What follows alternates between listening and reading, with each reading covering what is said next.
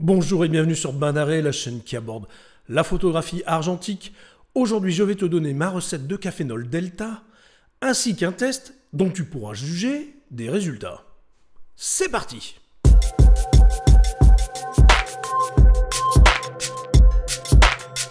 Pour démarrer cette vidéo, je vais faire un rapide rappel de ce qu'est le cafénol. En développement noir et blanc argentique, on utilise souvent des chimies prêtes à l'emploi que l'on trouve dans le commerce. Le cafénol est un révélateur écologique que l'on peut fabriquer soi-même. Écologique car il n'utilise pas de produits chimiques polluants. Et comme son nom l'indique, il est constitué de café sous la forme instantanée.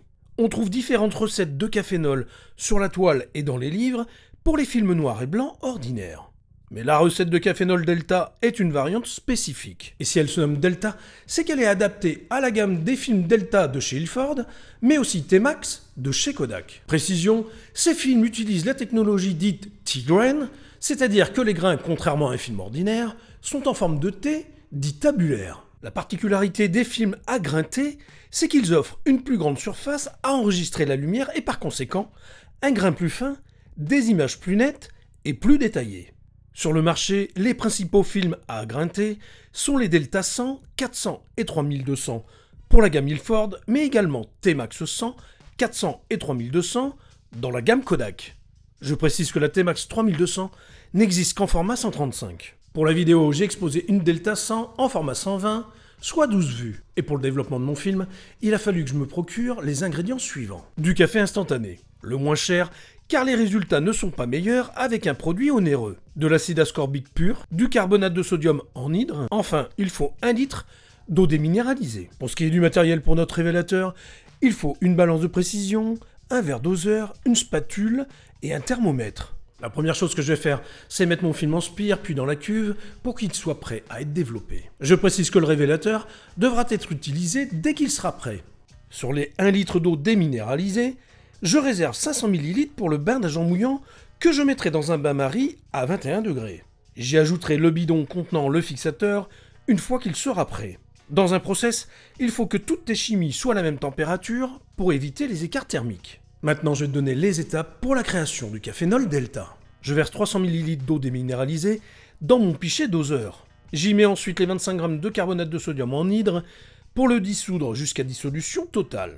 Ensuite, j'y intègre les 20 g de café instantané. Là aussi, je mélange jusqu'à dissolution complète. J'utilise les 200 ml d'eau déminéralisée restante dans un autre récipient pour dissoudre la vitamine C pure que j'ajoute ensuite dans mon pichet. Ma solution est prête à l'emploi. Pour obtenir de bons résultats, je conseille une utilisation immédiate. Voici comment se déroule le développement de la Delta 100 avec le cafénol Delta. La première étape consiste à prémouiller le film durant 5 minutes avec 10 agitations toutes les minutes dans une eau à 21 degrés.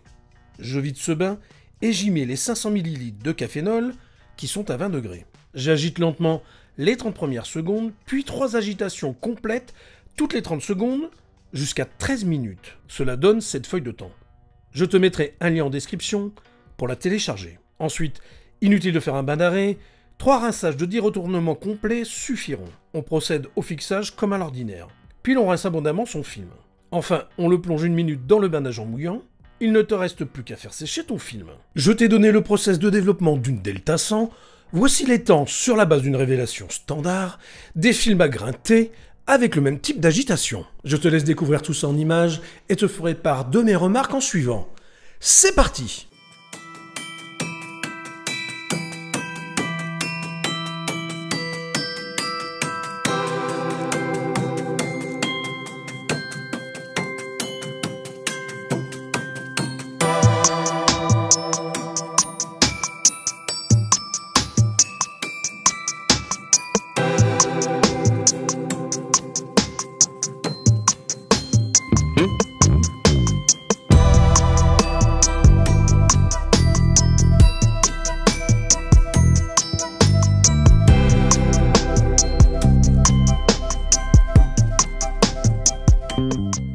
Comme tu as pu t'en rendre compte, les résultats sont très satisfaisants, que ce soit en studio ou en lumière naturelle.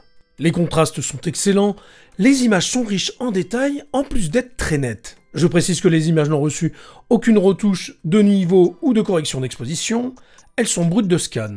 En observant le négatif à la table lumineuse, Par rapport à un négatif delta 100 développé avec un révélateur classique, il est juste très légèrement plus gris foncé. Maintenant que j'ai fait ce test avec le cafénol delta, je me pose la question de savoir quel aura été le rendu dans un comparatif avec un autre révélateur type Rodinal. N'hésite pas à me dire en commentaire ce que tu en penses. Cette vidéo est maintenant terminée, j'espère qu'elle t'aura plu.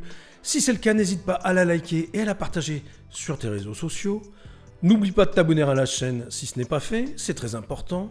Je te dis à bientôt, mais d'ici là, porte-toi bien. Ciao!